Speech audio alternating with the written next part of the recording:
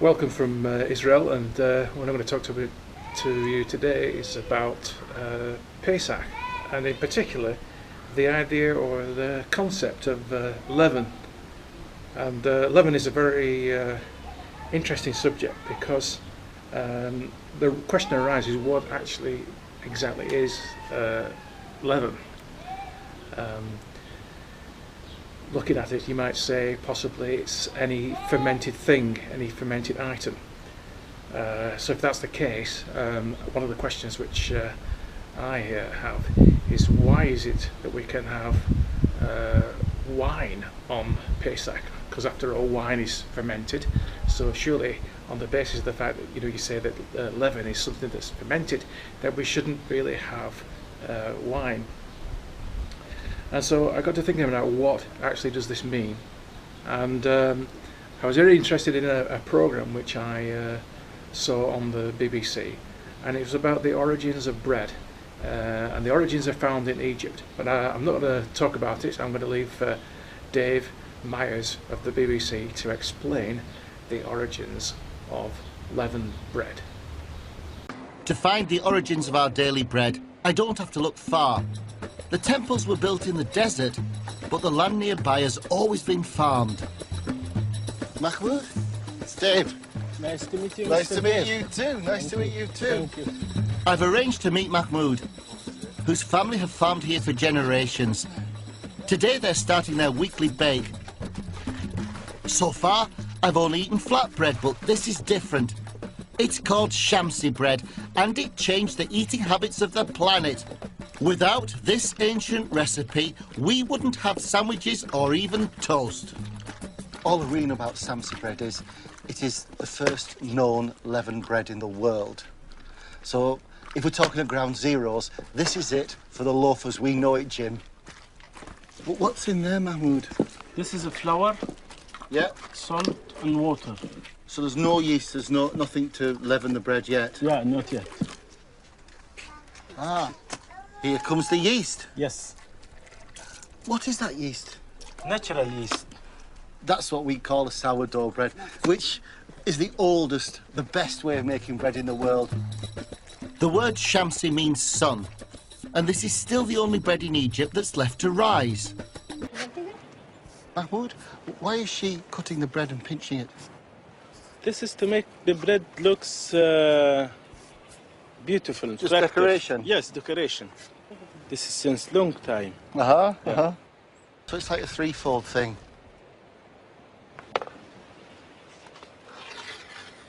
Right, it's in the oven, 20 minutes. This is where the magic starts. But we don't have to wait long before a wonderful smell wafts our way. Oh!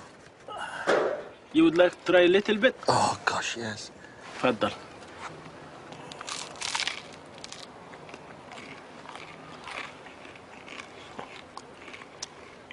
That's absolutely wonderful bread. The crust on it, in a wood-fired oven, the inside, it's soft, it's got texture, it's got spring, it's got life because of that yeast. It also has a wonderful taste. It's flavoursome bread. Do you know what I've learnt from this that I find absolutely awe-inspiring? Is that not so very far from this very spot, it was where mankind first started to leaven bread. That is to use yeast to make bread. Before they started in this place, everybody in the world ate flat bread. Mahmoud's village overlooks the enormous temple of Ramesses III. Hello. Hello. Oh. Shamsi bread.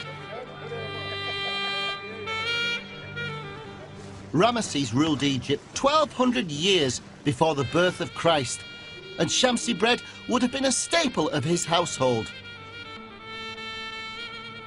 We know so much about the ancient Egyptians because their civilization lasted for over 3,000 years.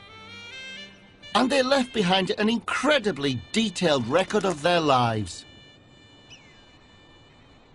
I'm going to a small tomb, built not for royalty, but for a scribe.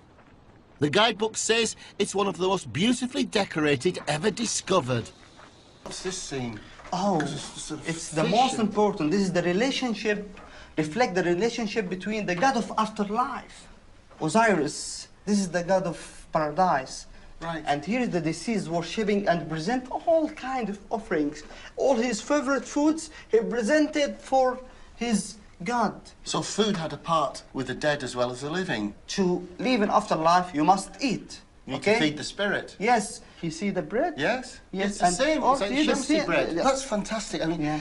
it was saying when we made the shamsi bread, the ladies were doing exactly the same cuts to make the same shape of my loaf I have with me. Yeah. The lady didn't know why they did it, but they certainly did it 3,500 years ago. Okay, so we saw Dave Myers from the BBC showing us the origins of shamsi bread, the first leavened bread in the world, and it came from Egypt. And this sort of set off a green light in my mind during the Pesach period, and got me thinking about what leavened bread actually means and what leavening actually means. And if you remember at the beginning of the video, I said that, well, what's the difference between, say, grape juice that's been naturally fermented, you know, with the yeast on the outside of the grape and the sugar of the grape?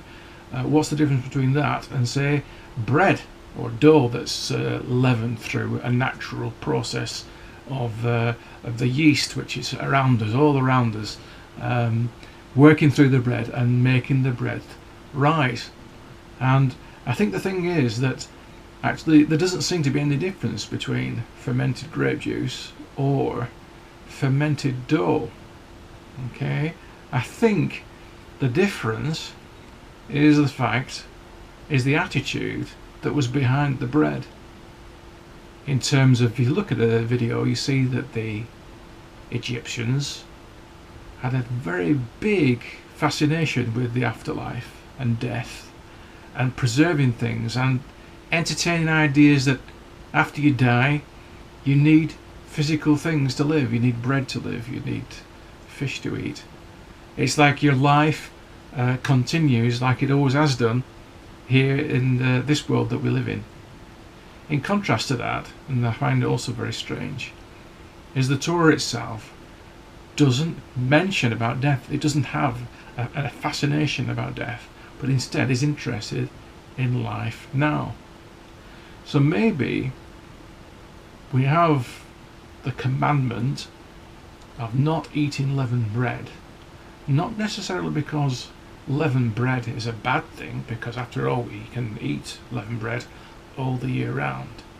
It's something to do with the fact that, or the reason and the mentality behind the Egyptians and the worship of their gods.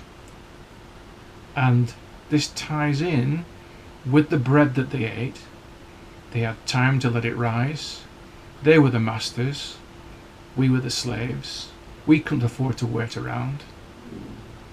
And so when we go out of Egypt and when we celebrate Pesach every year, we are essentially rejecting the mentality of the Egyptians by choosing to do what God commands us. And what God commands us to do is eat unleavened bread. There you go. That's my thought of 2015 on bread and leavening and all that sort of stuff. Hope you've enjoyed it.